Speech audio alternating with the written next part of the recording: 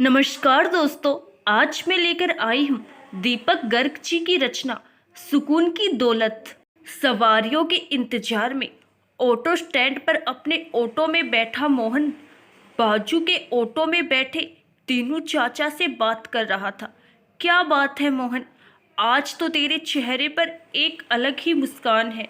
अरे चाचा, आपको पता है कल रात मैंने एक मन के सुकून का काम किया, मुझे सुकून की दौलत मिली। दीनू चाचा, क्या सुकून की दौलत? अरे हमें भी तो पता चले हमारे छोटे ने क्या सुकून भरा काम किया और उसे कैसे सुकून की दौलत मिली। क्या किसी बड़े मंत्री जी को ऑटो में बैठाकर शहर में घुमाया या फिर किसी फिल्मी एक्टर को अपने ऑटो में बैठाया? अरे नहीं चाचा, मैंने लोभ लालच और बेईमानी को हराकर ईमानदारी का परचम लहराया। एक गरीब और मजबूर परिवार को होने वाले बहुत बड़े नुकसान से बचाया। दीनू चाचा, क्या कह रहा है छोटे, ऐसा क्या किया तूने? तो मोहन बोला, चाचा कल रात मैं रोज की तरह लगभग 11 बजे सवारियों का इंतजार कर रहा था कि एक महिला और एक 12-13 साल का लड़का, जिनके पास 2-3 झोले, चादर, कंबल, एक पानी की कैन, स्टोव आदि बहुत सा सामान था, बस से उतरकर सीधे मेरे पास आए और बोले, भैया सिटी हॉस्पिटल चलोगे? मैंने बोला, हाँ चलो। उन्होंने ऑटो में फटाफट अपना सामान रखा और खुद भी बैठ गए। हम लोग 15-20 मिनट में सिटी हॉस्पिटल पहुंच गए।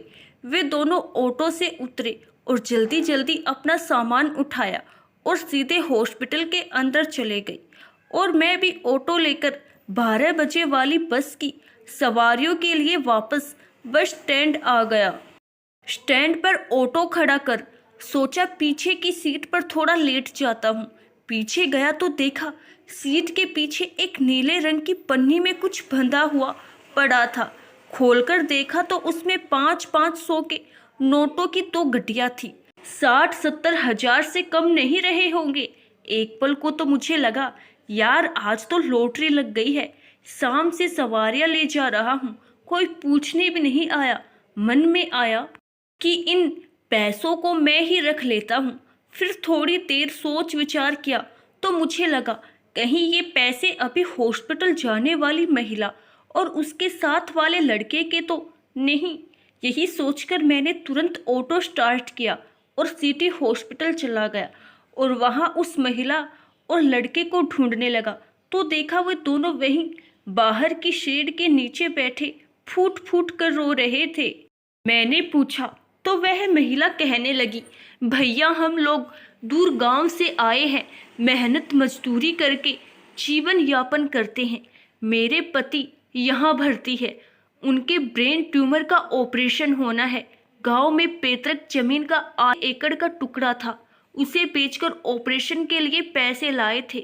गांव से चले तो पैसे मेरे पास ही इस छोटे झोले में ही रखे थे, पर यहाँ आकर देखा तो पैसे की पन्नी है ही नहीं।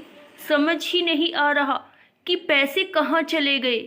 मेरे छोटे छोटे बच्चे हैं भैया, डॉक्टर कहते हैं कि पति का ऑपरेशन नहीं होगा तो उनकी जान का खतरा है।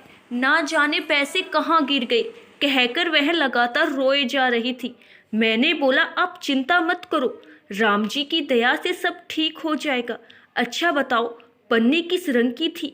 वह बोली, भैया नीले रंग की पन्नी थी और 5-5 सौ के नोटों की 2 गड्डियाँ भी थी। पूरे 70 हजार रुपये थे। भैया मैंने जेब से पन्नी निकाली और बोला, यह लो तुम्हारे पैसे। जल्दी जल्दी में मेरे ऑटो में शेड के पीछे गिर गए थे। पैसे लेकर उस महिला के जान में जान आई। पन्नी खोलकर मुझे 2000 रुपये देने लगी। बोली, यह रख लो भैया। मैंने बोला, नहीं नहीं, इसकी कोई ज़रूरत नहीं, यह आपका पैसा है। आप शांति से अपने पति का इलाज कराओ, सब ठीक हो जाएगा। मैं लौटने लगा तो वह महिला मेरे पैर पड़ने लगी। मैंने उसे मना किया और वापस आ गया। दीनू चाचा बोले, वाह छोटे, तूने वाकई बहुत अच्छा काम किया बेटा। आज जबकि समाज में कई लोग 1500 के लिए अपना ईमान बेच देते हैं। इतनी बड़ी रकम पाकर भी तूने अपना ईमान टिकने नहीं दिया। बहुत बढ़िया छोटे बेटा, सच्चाई, ईमानदारी और संतोष से बढ़कर कोई दौलत नहीं है।